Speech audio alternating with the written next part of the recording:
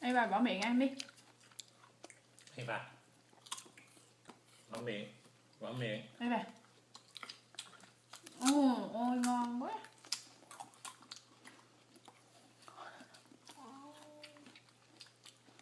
Ava thì sự không biết cái cắt tóc nó ở trên đầu. Nó nhẹo á, không biết được.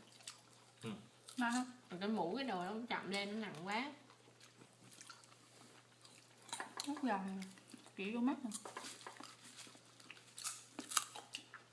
Ngon không? Ổi ngon không? Ổi ngon quá. Trời coi ăn kìa. Thấy ham không? Miệng hé thiệt to luôn. Cái này gọi là có tiếng mà không có miếng đó không?